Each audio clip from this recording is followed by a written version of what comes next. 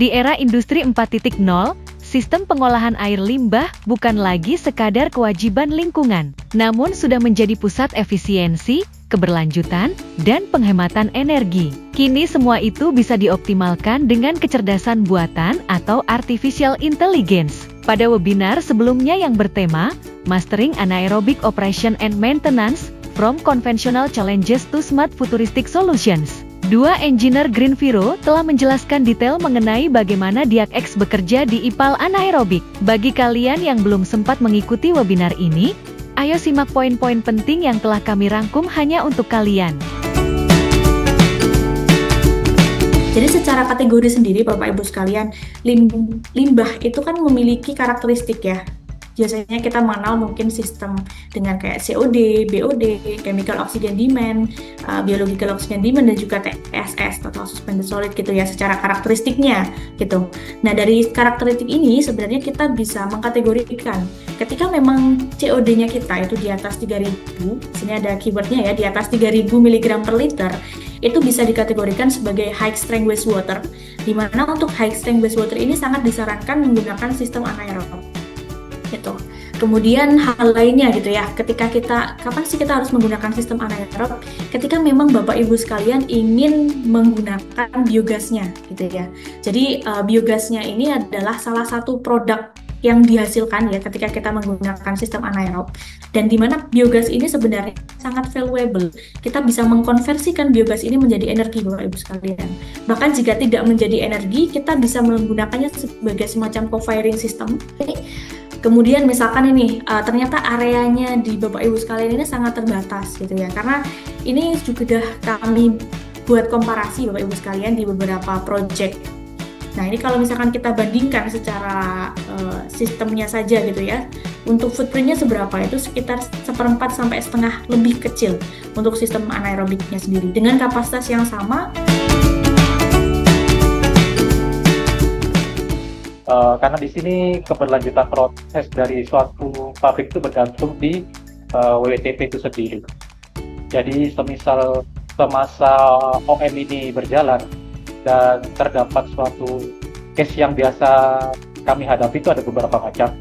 Semasa OM ini berjalan dan terdapat suatu case yang biasa kami hadapi, itu ada beberapa macam.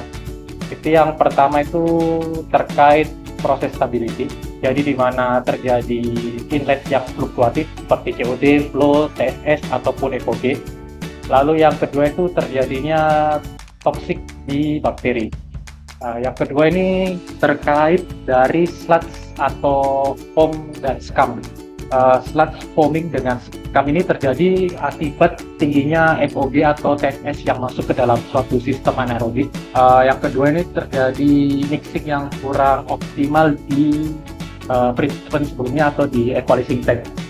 Kita yang ketiga yang paling klasik itu terkait operation dan maintenance, itu manpower dan cost impact.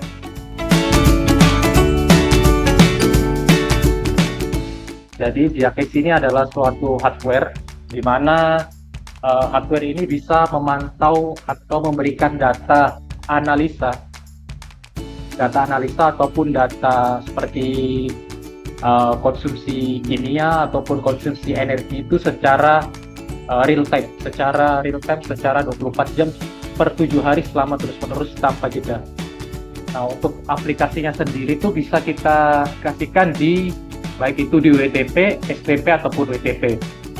Nah, untuk yang tertampil saat ini sebagai contoh di beberapa industri yang sudah kita pasang terkait DiakX. Jadi ini tampilan hardware-nya yang kita install, itu dia kompaknya bisa kita letakkan di mana saja, bisa tahan di kondisi panas terik ataupun hujan deras, itu juga bisa tetap bertahan di luar. Itu juga bisa untuk DiakX ini juga bisa kita install di laboratorium. Jadi ada package yang lebih kecil.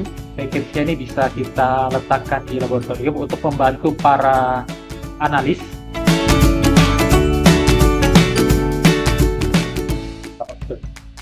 Lalu apa sih keunggulan dari DiakX sendiri? Keunggulan dari DiakX sendiri itu dari operation management dari sistem ini full menggunakan otomasi. Lalu yang kedua itu optimizing, jadi semua sistem operasi itu bisa dimonitori secara remote, termasuk dengan automatic kalibrasinya. Lalu untuk operating cost-nya itu, untuk operating cost-nya sendiri tentu sangat rendah. Lalu untuk yang keempat tentunya safety, jadi semua chemical itu di-handle by otomatis. Kita hanya melakukan handle kimia itu ketika pengisian ulang dari reagent saja. Otomatis juga, seperti yang tadi disampaikan, bisa kita setting secara berkala. Yang terakhir itu integration. Jadi sistem DIAC-X ini sudah terintegrasi dengan DIAC-V atau kita sebutnya DIAC Vision.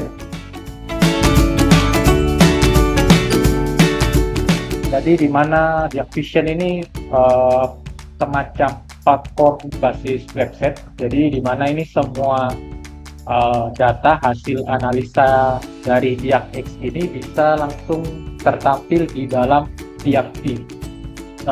DIAC-V ini bisa kita pantau, itu mulai dari inlet flow, inlet pH, pokoknya untuk semua sensor ataupun analyzer itu semua bisa kita pantau di sini. Dari penjelasan ini, kita tahu bahwa DIAC-X dan DIAC-V dari GreenViro tentu akan semakin mempermudah operasional IPAL dari segi efisiensi waktu, tenaga kerja, biaya, hingga energi. Bagi kalian yang masih banyak pertanyaan mengenai DIAC atau produk lain dari GreenViro, kami membuka konsultasi secara online melalui website dan nomor berikut ini, atau bisa langsung mengikuti sesi konsultasi dan webinar setiap bulannya dari GreenViro untuk mengetahui update terbaru mengenai teknologi pengolahan air limbah. Jika video ini bermanfaat, jangan lupa like, share, dan subscribe. Tinggalkan komentar jika ada pertanyaan atau pengalaman Anda dengan IPAL. Sampai jumpa di video berikutnya.